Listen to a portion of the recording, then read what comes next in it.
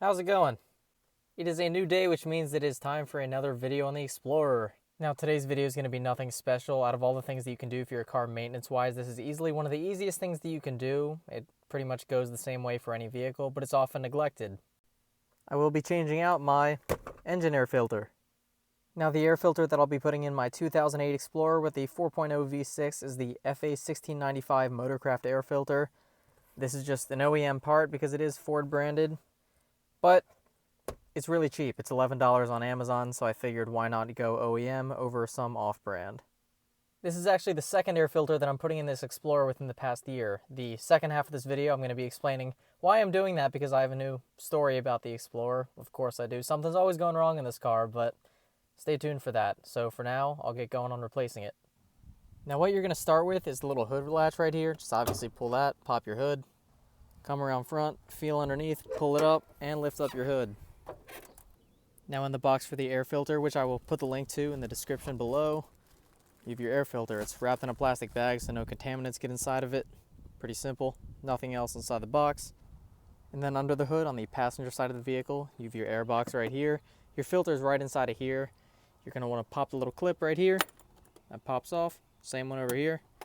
That is the only thing securing it besides the little tabs that go in over here that you can't really see.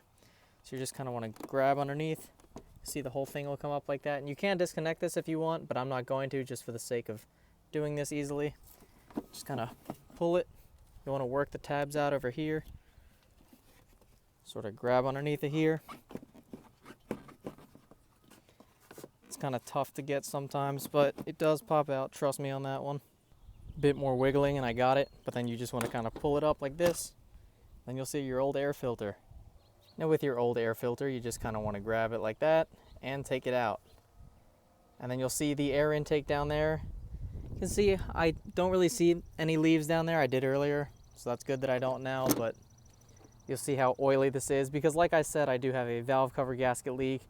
Oil burns and then pulls it into the engine, so that's one of the reasons that I need to change this out pretty frequently. Now before I put the new filter back in, I usually like to take a wet paper towel and just kind of wipe down the inside.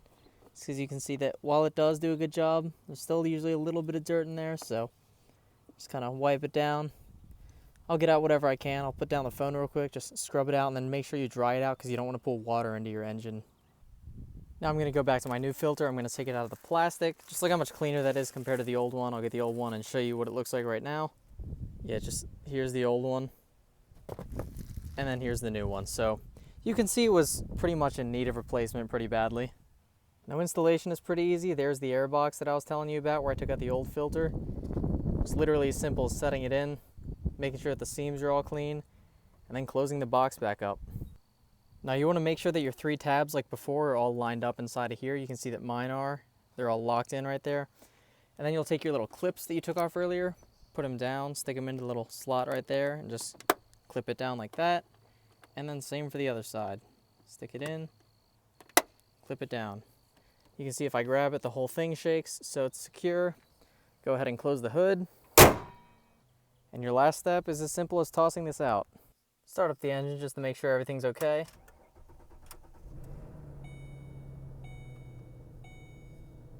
And she's running fine. So there's the end of that part of the video. Like I said, quick and simple maintenance if you're only here for that part. Hope I could help. But if you want to find out why I changed that filter after only 9-10 months of it being in, because there's an interesting story behind it, stay tuned for that. So yeah, this filter, now that I'm looking at it, it is very dirty and it could have used changing anyways, so probably for the better that I am changing it. However, that's not the exact reason why. So as I've said before, the Lexus is usually my daily driver. It's a nicer car. It's got higher miles, but it tends to be more reliable, so I usually take that around. However, I hadn't driven the Explorer in a while, so I said, hey, why not? I'll go take it out. So I ran some errands. I sweat a ton because it was extremely hot that day, as it is right now, and that's why I'm sweating in the car with no air conditioning on. At least I have my windows cracked, but I was taking this around, and I decided, hey, let's just go out, drive it a bit, see how she's doing. So I take her up close to like the Maryland-Pennsylvania state line. There's a road up there called Tabernacle Road.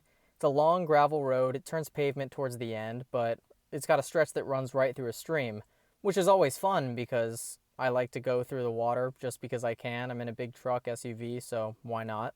I drive down, I cross pretty slowly. It's probably somewhere between 10 and 20 feet wide, maybe like 15. I'd say no deeper than like 8 inches to a foot, so it's nothing spectacular, but it's still cool just to be able to do it. There's signs there saying no towing, like we won't bail you out. So I cross through. Cool. Same thing as always. But then I want to go back and do it again. So I pull a U-turn up towards the top of the road, do like a 3-point turn in the middle of the road because it's like a back road, nobody's ever back there. I come back down, I'm going faster than I should for a stream crossing. Dive straight into the water. Tires hit the water, water splashes up, goes like over top of the hood. Like I should have been going slower, but I wasn't really thinking because I was just excited to be in the Explorer again. So I'm coming up the hill. You just come out of the creek. It kind of goes up a hill and then winds around a couple times. And then it goes up, and where it turns to stone, like from gravel to like actual like asphalt stone, there's like a little church up there with a little parking lot. So I'm coming up that hill, winding my way up, and the engine it doesn't feel like it's running right. And I look down on the dashboard and the wrench light is on. Typically I have my airbag, ABS, traction control, and brake lights on. So a fifth light, I'm kind of worried about it, but I'm like, this thing's been through everything. Coming up the hill, it doesn't feel like it's running right, so I say, okay, I'll pull into the parking lot. I look down, my check engine light's on too, so now I have 6 dash lights on. So I'm like, okay, now I'm starting to worry because the engine light was never on before. So I start to turn into the parking lot, and my power steering goes out. And I'm thinking, great, now I don't have power steering. So then I still manhandle the steering wheel, turn it as hard as I can, and I go to put my brakes on in the parking lot, and it doesn't want to stop. And I look at my dashboard, and my engine's off. It's 0 RPM, so my engine has just died on me.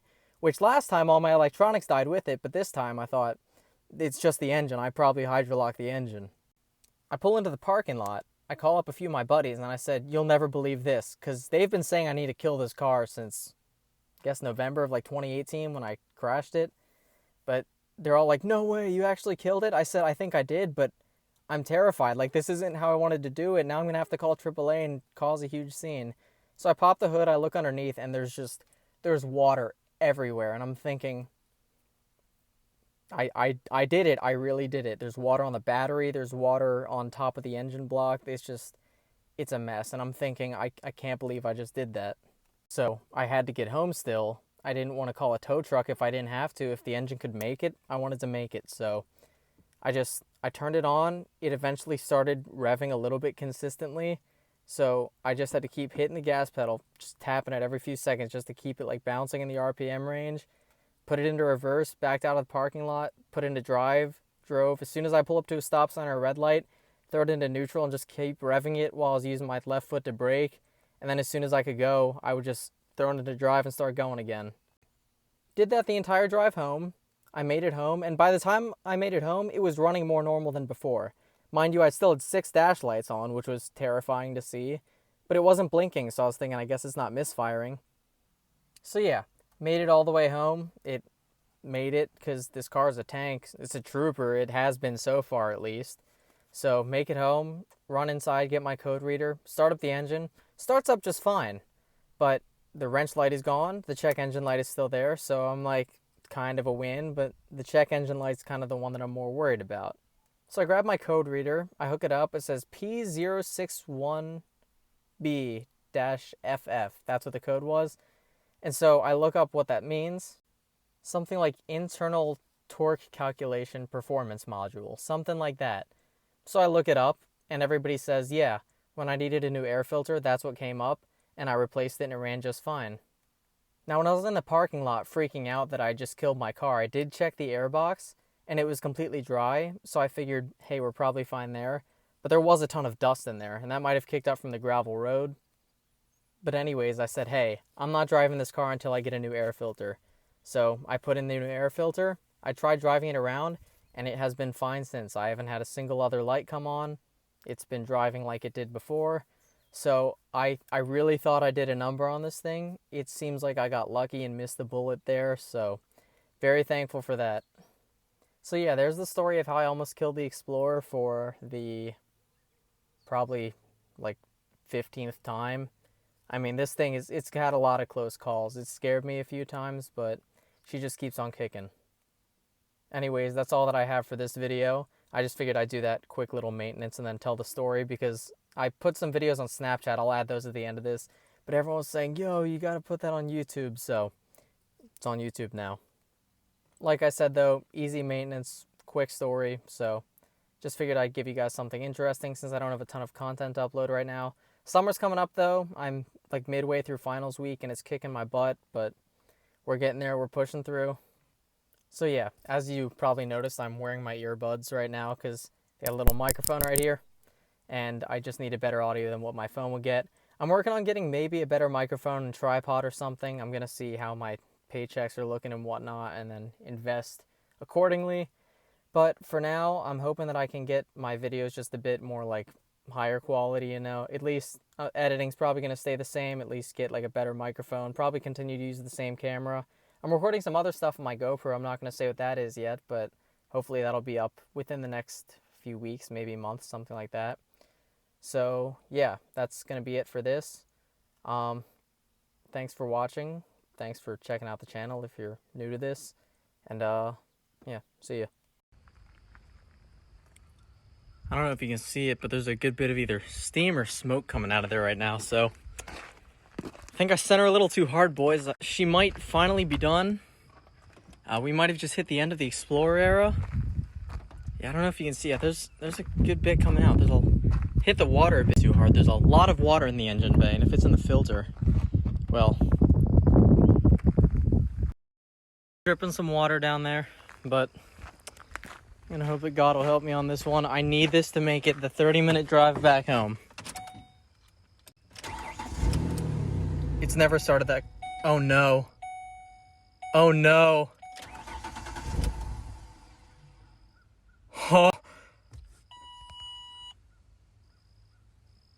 You're looking at, this is my honest reaction. I don't know what I'm gonna do. All right, listen, ready?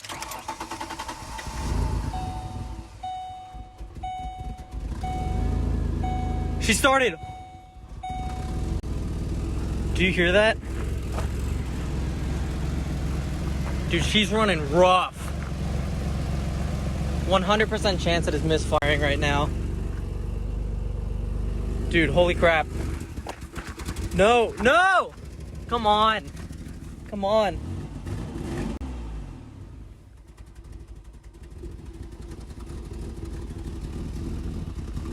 Holy crap, I'm gonna stop and start it later. All right, I have my code reader in there. I'm gonna see if I can pull anything, but let's see if she'll start first. A little rough, but it did start. Dude, is the wrench light gone? Okay, I lost the wrench light. We're already down one, so just the check engine light now. Still kind of concerning, but how is this thing still running? How? Let's see what we're looking at here. ABS. Internal control module torque calculation performance. That's new. Yeah, I don't know what that is, but that's the engine one. ABS, that's the usual stuff, and then RCM, that's the usual stuff. So the only new one is, because I don't know if you saw, but the wrench light did go away. The wrench light's gone, but the check engine light is on. So I'm going to take this. I'm going to, where's the option? I'm gonna clear the codes. Let's see if that'll turn her off. ABS is blinking. Check engine light is now off. I'll hit one more clear code.